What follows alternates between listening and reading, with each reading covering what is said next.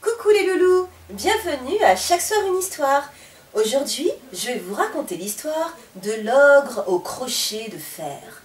Il s'agit d'un conte de Sibérie. Il y avait une grand-mère qui vivait avec ses deux petites filles et un ogre. Avant de s'endormir, la grand-mère attacha l'ogre à un poteau. L'ogre s'adressa à la plus jeune des sœurs. « Sœurette, pendant que grand-mère dort, détache-moi. »« Ah non, pas question !» répondit la petite sœur. « Grand-mère dit que tu es bête et méchant, c'est pourquoi tu dois rester attachée. » L'ogre se tourna alors vers la grande sœur. « Sœurette, détache-moi. » Malgré les protestations de la cadette, la grande sœur détacha l'ogre. À peine libéré, l'ogre saisit un crochet de fer et partit vers les maisons en terre des pêcheurs. Il s'approcha de l'une d'elles et se pencha au-dessus du trou de la cheminée. Or, dans cette maison, il n'y avait que des femmes. Les hommes étaient tous partis pêcher. L'ogre cria par la cheminée. « Hé, vous dormez là-dedans ?»« Non, non, nous ne dormons pas, » reprirent deux vieilles dames.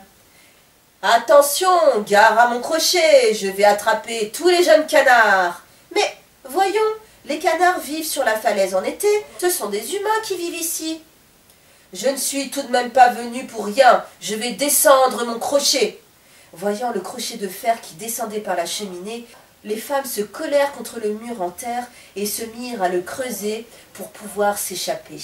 Pendant ce temps, l'ogre entama une chanson. J'aurai à manger pour aujourd'hui, pour aujourd'hui, pour aujourd'hui. J'aurai à manger pour demain, pour demain, pour demain. Qui vais-je attraper? Montrez vos petits canards. Tout à coup, l'ogre sentit quelque chose sur son crochet. Il le sortit rapidement et le déchira sans regarder. Or, c'était une combinaison de fourrure que les femmes avaient bourrée d'herbes sèches et fixée sur le crochet. Le vent projeta l'herbe dans les yeux de l'ogre qui se mit à hurler. « Aïe, aïe, je ne vois plus rien, mais qu'est-ce que c'est? Ce n'est pas un canard !» Tandis que l'ogre se débattait avec le faux canard, les femmes fuirent par l'ouverture qu'elles avaient faite dans le mur.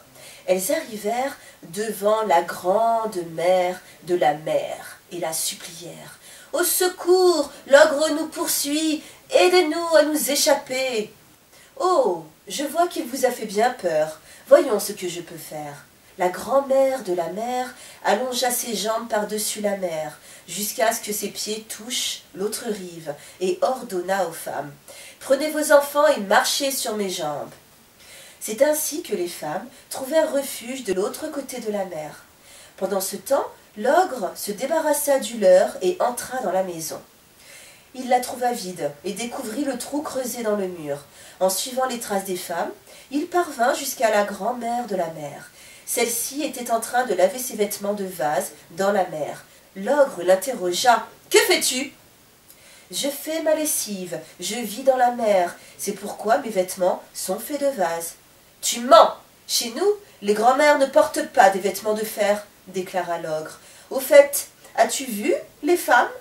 Leurs pas mènent jusqu'ici. »« Bien sûr, elles ont bu toute l'eau de la mer et sont passées de l'autre côté. » À ces mots, l'ogre s'approcha de l'eau et se mit à boire. Mais voilà, il avait beau boire, la mer ne diminuait pas. Il finit par éclater comme une bulle.